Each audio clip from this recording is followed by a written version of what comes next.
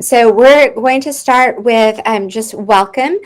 This is a presentation relative to the GPA and Rank in Class Policy EIC.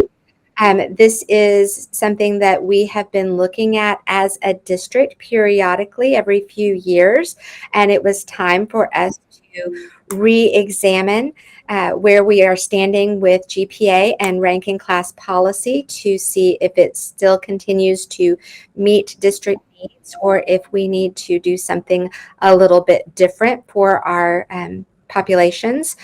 And so thank you again for being here, and we'll just go ahead and jump right in. So this really started a while ago. So in the 2020-2021 school year, the Future Readiness Team partnered with a Harvard leadership resident. She actually came to Round Rock ISD and was with us for a year. And in that time she was here, one of the big things that we looked at was investigating the barriers to our students who were taking advanced coursework.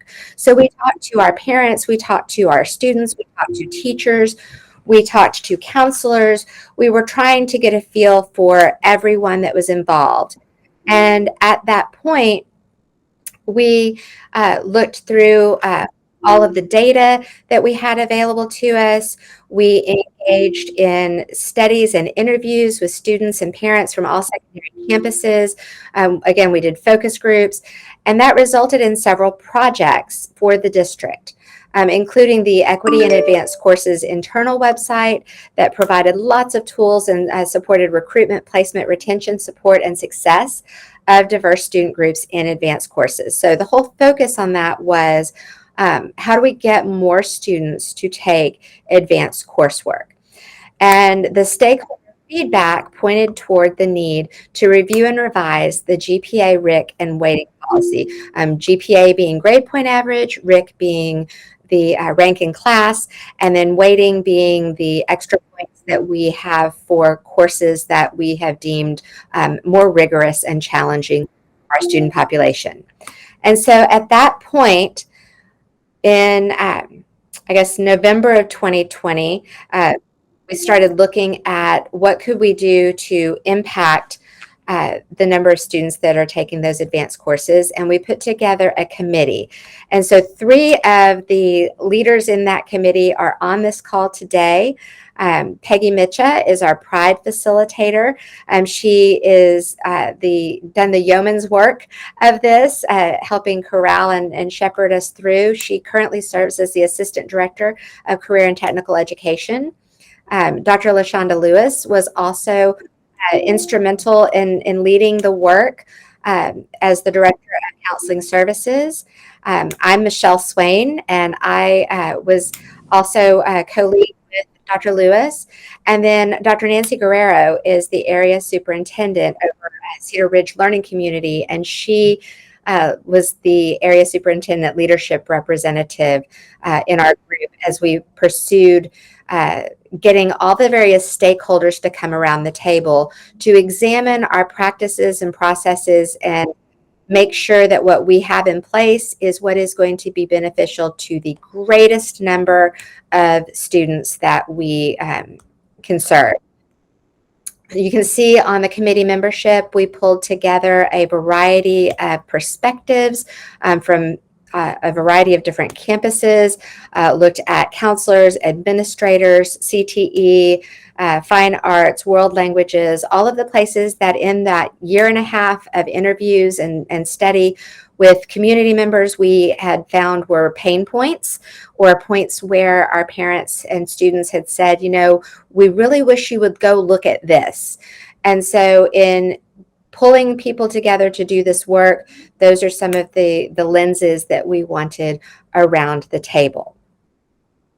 One of the things I need to say before we go any further is that we did start with the premise that this is going to impact current middle schoolers. So if your youngest student currently today is in high school, you get to go and have lunch because this will not impact any current high school students. If you have a student in middle school, this is a session for you. and we encourage you to stay and to hear the information and to ask the questions if we don't answer them during the course of the presentation. So I'm going to go ahead and turn it over to Dr. Lewis to talk about what we did with the Pride Committee and the way that we approached the work and how we functioned. Thank you, Michelle. And so my name is LaShonda Lewis. I am the Counseling Services Director for the district. And as Michelle mentioned, this is a conversation that we've been having for multiple years. How can we honor the work that our kids are doing when they're taking these advanced courses? And when we talk about advanced courses, we're talking about those AP courses, or what we would call previously, we would call pre-AP courses. They're now called advanced. We're talking about dual credit courses that are usually taken through ACC. We're talking about on-ramps courses that are taken through University of Texas. So how can we honor the work that those students are doing in those classes, knowing that so many of those courses actually either lead to college credit or provide them with college credit? And so as we brought this committee together, we wanted to make sure that we were all on the same page as to what our end goal was going to be. So we created a guiding statement, which was to improve the current GPA and rank in class practices. We knew that the current practices benefited a lot of students, that it was working, but it had so many pitfalls that we needed to make sure that we were putting together a policy that was going to be true to what our students were doing and that it would last the test of time. So as we went into this meeting, we wanted to make sure that we clarified what the current policy is so that all those individuals that were sitting at that table understood, or sitting in that room, because there was many of us sitting in that room, understood what the current policy is. And we'll go over that in detail here in a little bit, and what some of those pitfalls were, and them being that some of the courses that should have been counting in GPA and rank in class were not being counted because of when they were introduced.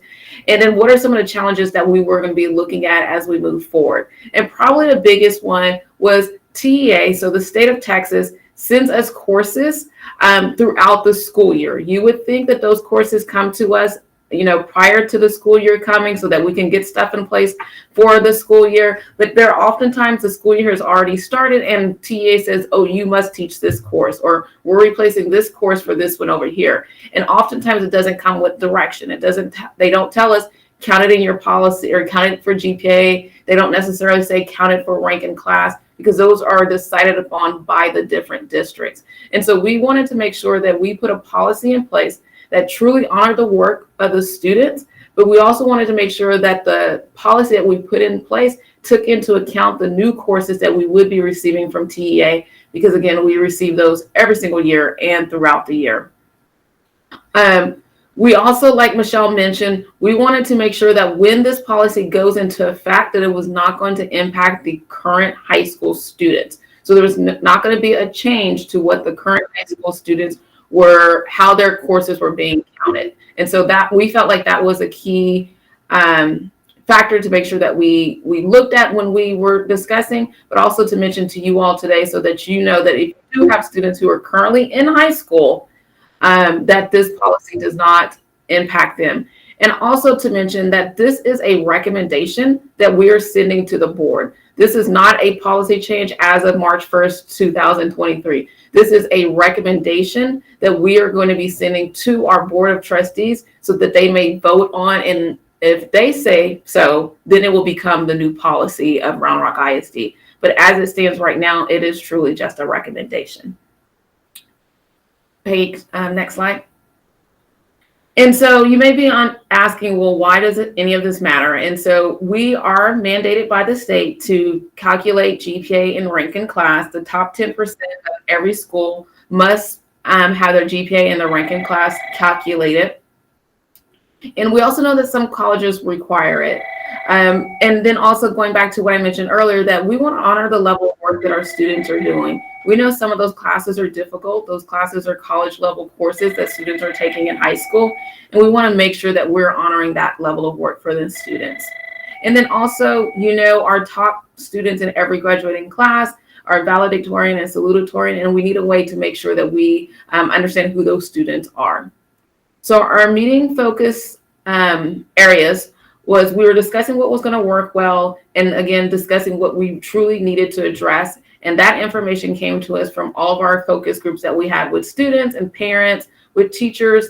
And And I do want to point out, because it was asked yesterday, were you having conversations with current high school students? Those were the students that we were having conversations with. We wanted to know, for a student who was a senior, that took various different levels of classes. Some of them were taking on levels, some of them were taking AP, some of them were taking on ramps, or dual credit courses, or a variation or a mixture of those courses. What worked for you, and what do you wish you had in place? Because we felt like, while we as educators understand a lot about GPA and Rank class, we wanted to make sure that we're also getting the viewpoint of the students that have actually gone through this journey of deciding which classes that they were going to take.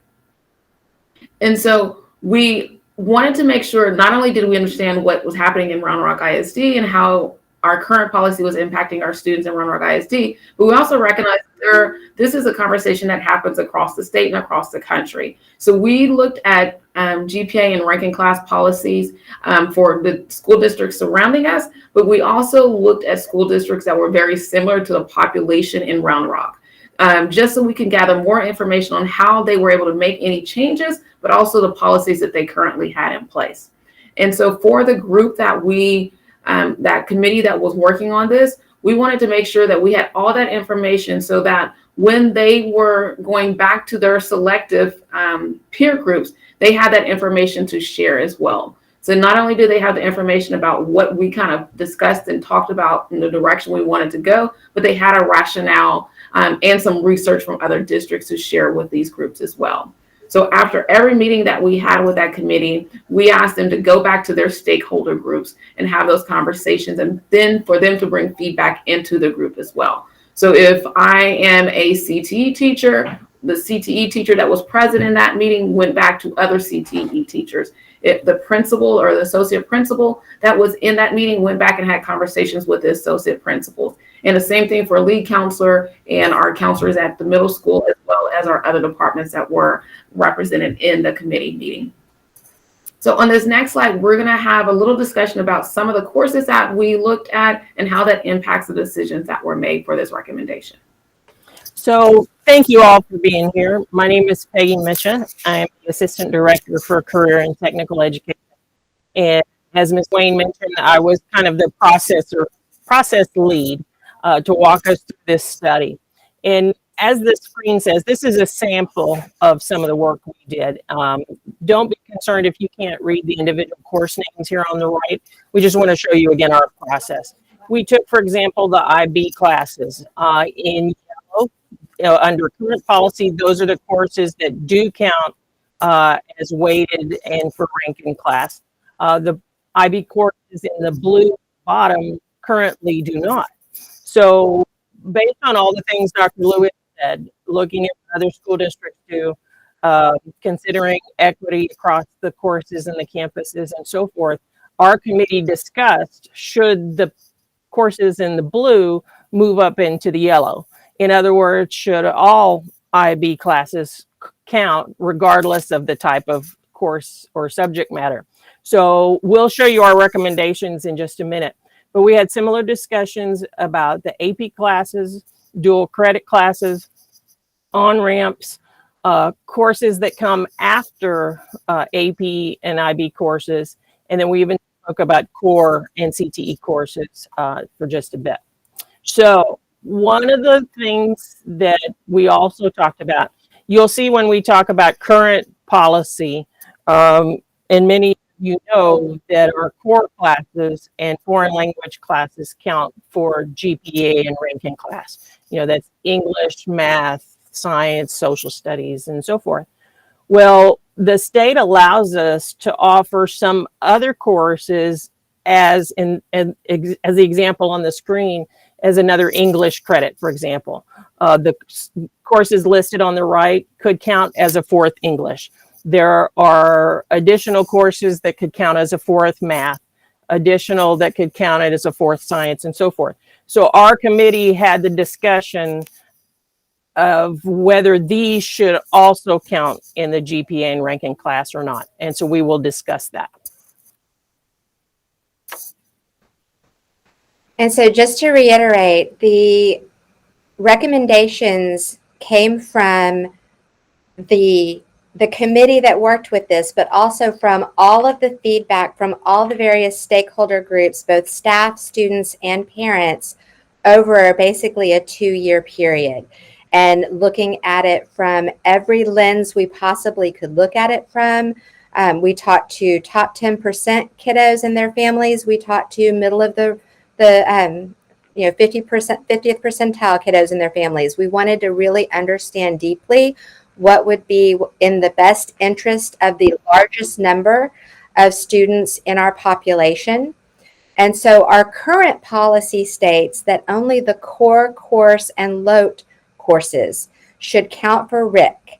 They count for GPA and count for rank in class. And then those courses shall be weighted if counted as honors. And in our district, honors is advanced.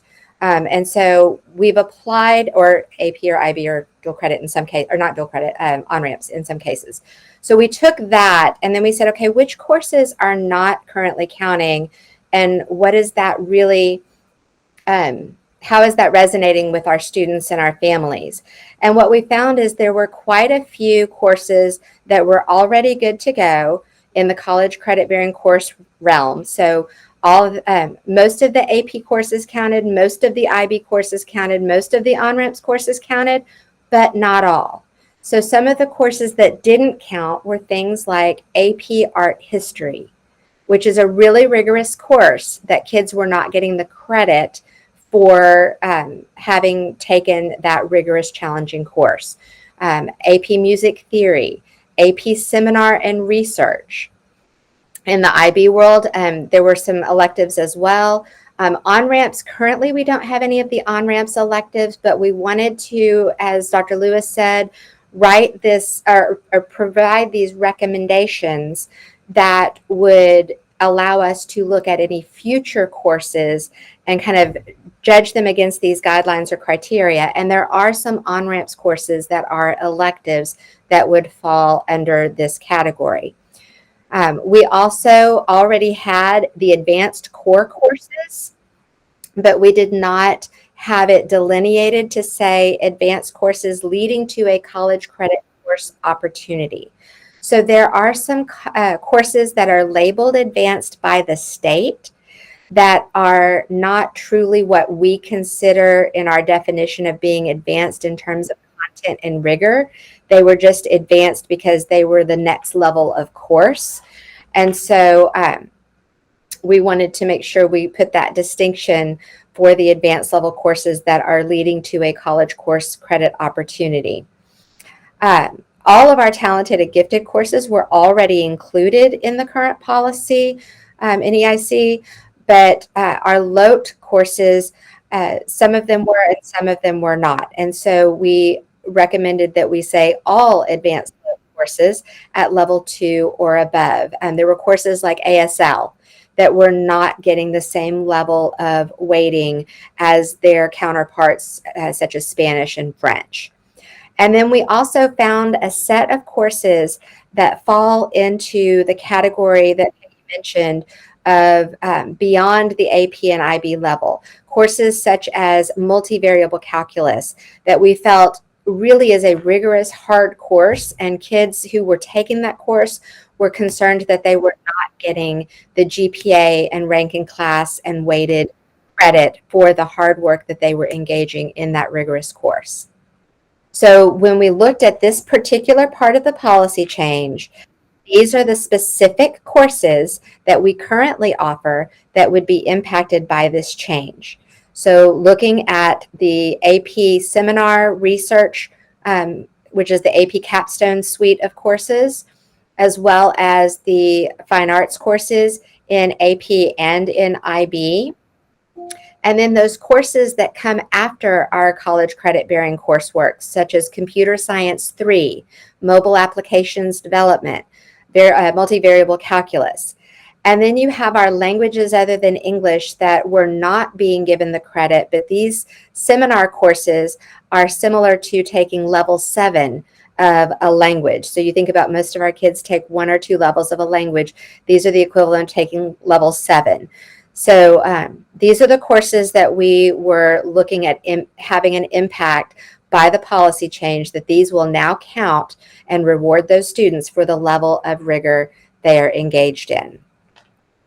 Some of the other recommendations and guidelines that came out of the work was that we were going to make sure that we aligned all of our course naming systems.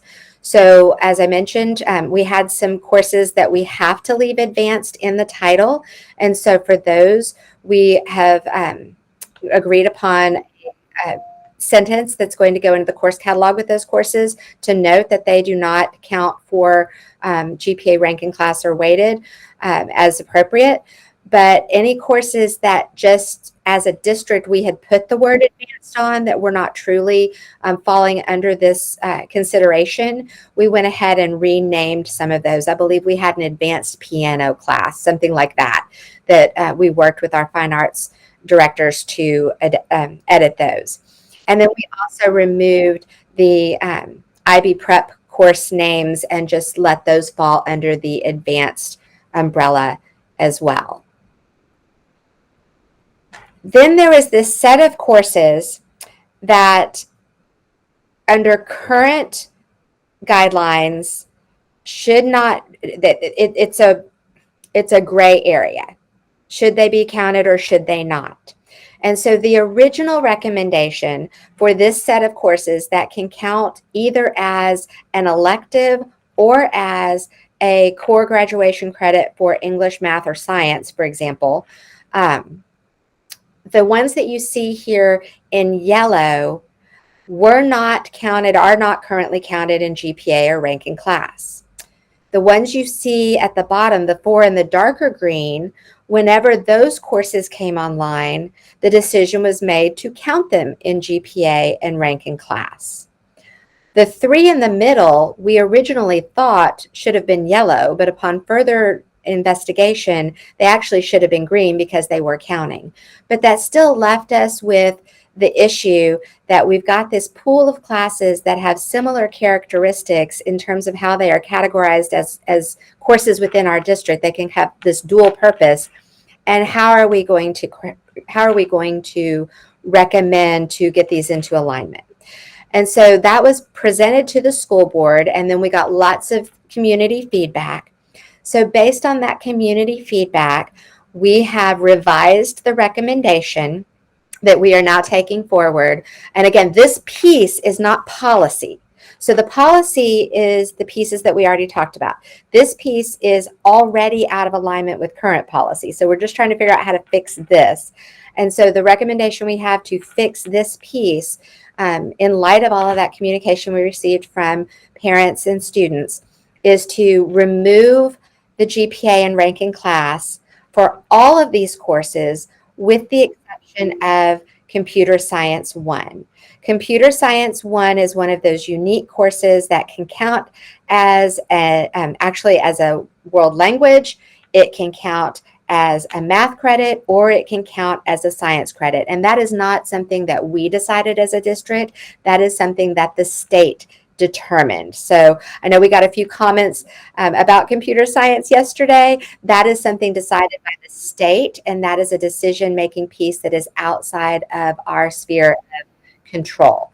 But so the thinking behind making all of these not count is to encourage our students to engage in areas of interest, allow them to try new things, to explore, and not have to worry about an impact on their GPA or ranking class.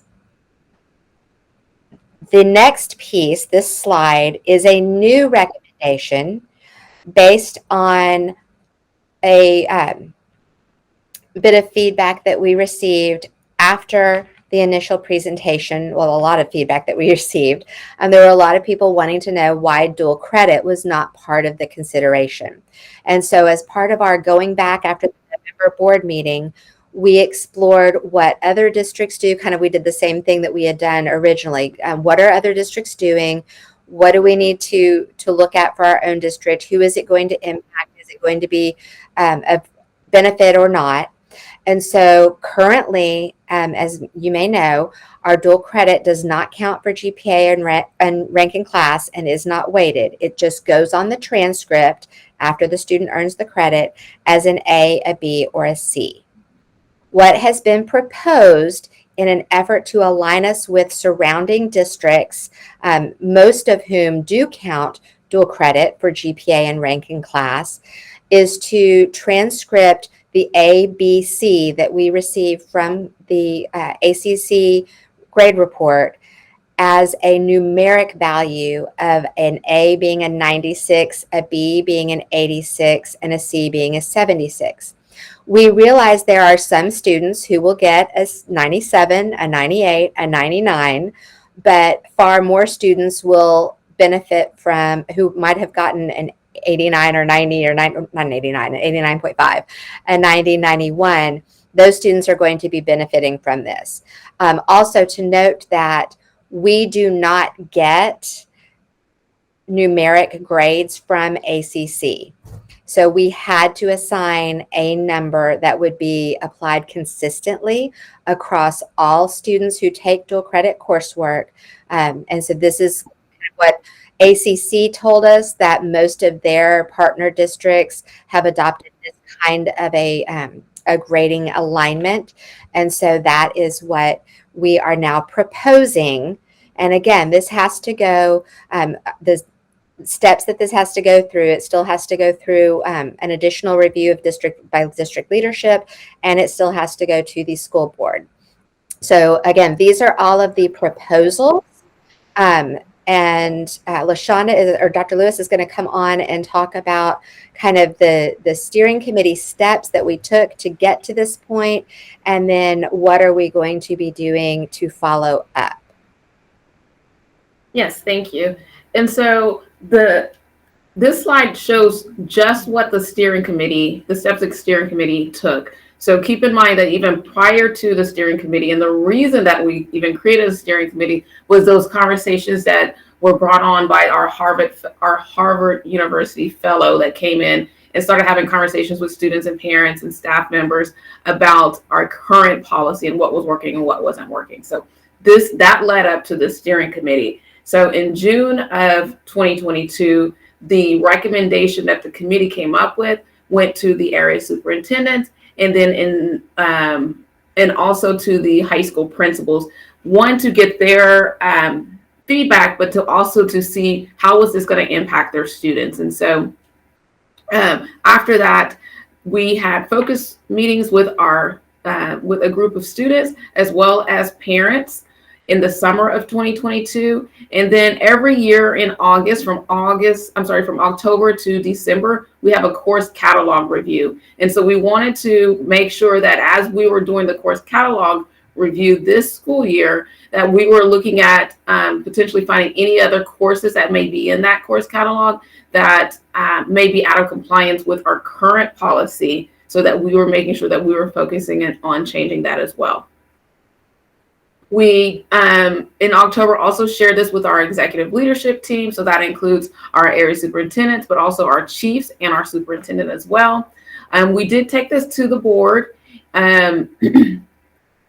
last semester after we had our committee go back over some of the information that we had found out. And then we got feedback from our board on what our next steps really needed to be. Next slide, Peggy. And so after that, we took all that feedback from our board, from our community members following that board meeting, and met with our committee, our steering committee again earlier this year. And then here we are in early February in early February, we met with our ELT to kind of give them that information. But then we felt the need to make sure that we're providing and clarifying any questions that parents had. So that's why we're holding these meetings now. We do have another meeting this evening that's in person that will be at the Round Rock High School Library in the 1100 building at 5:30 this evening. If you have any other questions. Cafeteria, the 1100 cafeteria. Sorry, thank you. In the 1100 cafeteria at Round Rock High School at 5:30 this afternoon. If you have any questions, or if you weren't able to see this entire presentation and you want to hear it again tonight, feel free to join us at that time. But we will post this after we have held all of our meetings. Once we have done all of that, we will take this information back to our, go back to our steering committees to make sure that prior to us going to our board presentation, that our steering committee has the opportunity to have conversations with the high school principals and the high school lead counselors for any updates that we have made to our policy and any feedback that we may have garnered from our conversations and our feedback that we received from parents during these parent meetings. Peggy, next slide. And this is just an overview. We did mention that we had our presentation yesterday at this time. We had about 300 people on during that time. We are sitting at 222 right now. And then we have our meeting this evening at the Round Rock High School cafeteria. And so for future steps, as we continue to make sure, again, we have taken in consideration all information.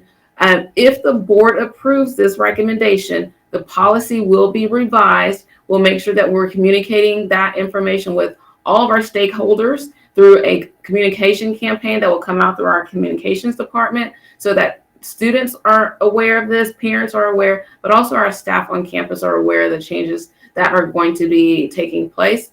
Again, this will take place with our current 8th graders. So again, if you have a student that's currently sitting in high school, none of these changes will impact them. So this will go into effect with our current 8th graders.